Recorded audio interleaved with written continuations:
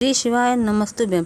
छत्तीसगढ़ राज्य के भिलाई में गुरुजी पंडित प्रदीप मिश्रा जी के द्वारा श्री श्रावण शिव महापुराण कथा शुरू हो गई है।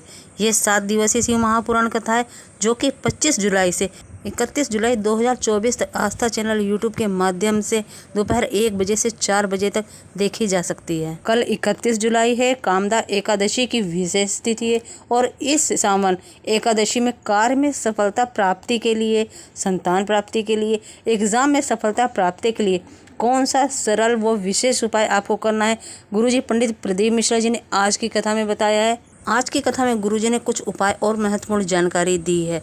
किसी कारणवश अगर आप आज की कथा नहीं सुन पाए हैं तो पूरी कथा का रस तत्व आपको इसी छोटे से वीडियो से प्राप्त होने वाला है। तो बढ़ते हैं आज की कथा की पहली जानकारी की ओर। गुरुजी ने कहा, ये पहली कथा है जिसमें किसी मुख्यमंत्री की, सीएम की धर्मपत्नी ने 7 दिन पंडाल में बैठकर कथा सुनी है। ऐसा हम सीएम के लिए मुख्यमंत्री की पत्नी की बात नहीं कर रहे हैं बल्कि पूरे भारत की बात कर रहे हैं। तो बढ़ते हैं आज की कथा की दूसरी जानकारी की। गुरुजी ने कहा, आपसे कोई पूछे दुनिया का सबसे बड़ा पाप कौन सा है, तो गुरुजी ने कहा, दुनिया का सबसे बड़ा पाप अपने आप में कमज़ोर समझना। अगर आपको ये लग रहा है कि ये कार्य मैं नहीं कर सकता, मुझे ये रोग हो गया है, मैं नहीं बच सकता, अगर आप ऐसा समझ रहे हैं, खुद को कमज़ोर समझ रहे हैं, तो ये सबसे बड़ा पाप है। तो बढ़ते हैं आज की कथा की तीसरी जानकारी की ओर।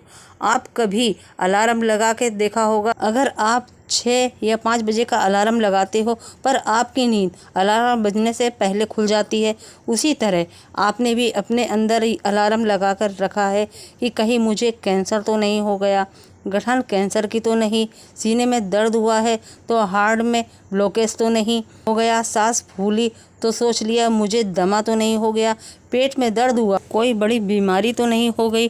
डॉक्टर के यहाँ जाने के समय भी बीमारी सोच कर जाते हो और जब आप ऐसा सोचते हैं, बार बार बीमारी का स्मरण करते हो, तो वो बीमारी जो आप में है ही नहीं होकर रहती है। आपको तो ऐसा सोचना है कि छोटी मोटी बीमारी ही होगी, मैं दवाई खा लूँगी और थोड़ा परिश्रम करूँगी और ठीक हो जाएगी, मुझे कुछ नहीं हो सकता।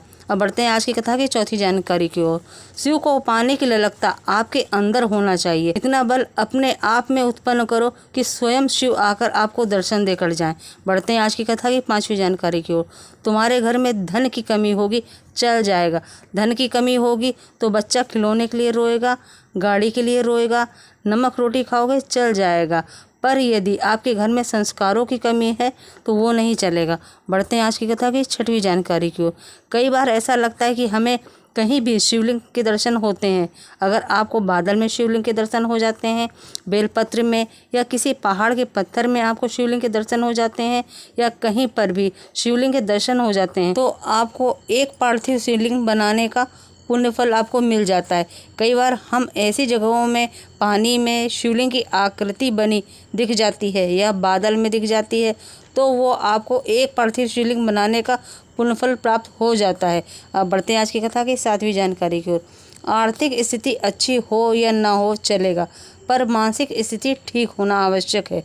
घर में बहुत पैसा हो गया है पर बच्चे गलत लत में पड़ गए हैं तो वो सब व्यर्थ है। बढ़ते हैं आज की कथा की 8वीं जानकारी की ओर। 2 अगस्त को पूरी दुनिया के लोग ऑनलाइन शाम के समय 7 बजे ऑनलाइन पार्थिव शिवलिंग का पूजन अर्चन करेंगे। पिछली बार 66 लाख लोगों ने पार्थिव शिवलिंग बनाया था। इस बार उम्मीद है कि इस बार 70 से 80 लाख पार्थिव शिवलिंग बनाने वाले हैं। बढ़ते हैं आज की कथा की 9वीं जानकारी की ओर। सब्जी में सारे मसाले डाल लो, सारी ग्रेवी डाल लो, पर सब्जी में आपने नमक नहीं डाला, तो आप बताओ क्या सब्जी में स्वाद आएगा कि नहीं। सब्जी में नमक डालोगे तो स्वाद आएगा। उसी तरह तुम पशुपतिनाथ व्रत कर रहे हो, रोज़ मंदिर जा रहे हो, जल चढ़ा रहे हो, मंत्र जाप कर रहे हो, आपका मन शिव में लगा होना आवश्यक है, तभी महादेव जी जरूर आएंगे। तो बढ़ते हैं आज की कथा की 10वीं जानकारी की ओर। 72 वर्षों के बाद दुर्लभ सावन आया है, जिसकी शुरुआत और अंत सावन सोमवार के दिन से हो रहा है। ऐसे में आप सभी से निवेदन है कि आपको बेलपत्र के वृक्ष के नीचे श्री शिवाय नमस्तुभ्यम, ओम नमः शिवाय जो भी मंत्र आता हो उसका उच्चारण अवश्य करना चाहिए।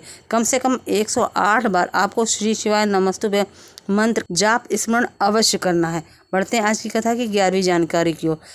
कितनी भी बड़ी बीमारी क्यों ना हो गई हो, कितनी भी बड़ा रोग क्यों ना हो गया हो, डॉक्टर से इलाज कराइए, पर शिवलिंग पर माता अशोक सुंदरी के स्थान पर वहाँ पर अपना हाथ रखते हुए श्री शिवाय नमस्तुभ्यम बोलते हुए शिवलिंग के ऊपर जो एक बेलपत्र चढ़ी हुई होती है उसे आपको प्राप्त कर लेना है। उस बेलपत्र को शिवलिंग पर जल जहाँ से नीचे की ओर गिरता है वहाँ पर स्पर्श कराते हुए उसको प्राप्त कर लीजिए, उसको खा लीजिए, मतलब आँच बंद कर लीजिए।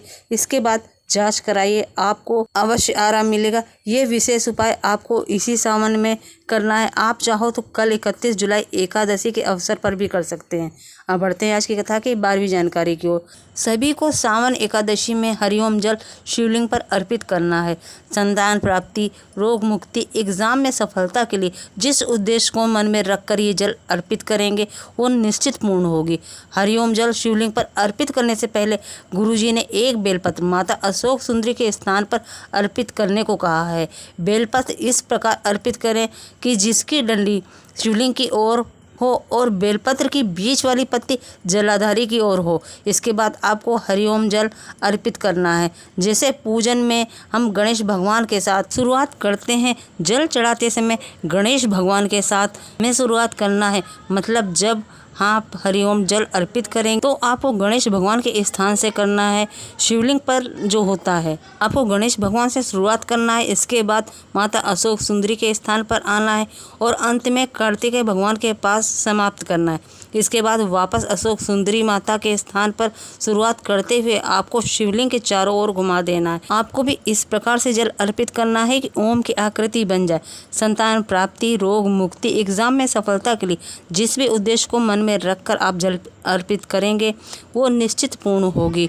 और सावन का महीना चल रहा है, सावन में हरि ओम जल का विशेष महत्व है, तो आप सावन में हरि ओम जल अवश्य चढ़ाइएगा। वीडियो जरा भी उपयोगी लगे तो वीडियो को लाइक करिएगा, शेयर करिएगा। चैनल पर नए आए हैं तो सब्सक्राइब कर लीजिए। श्री शिवाय नमस्तुभ्यम।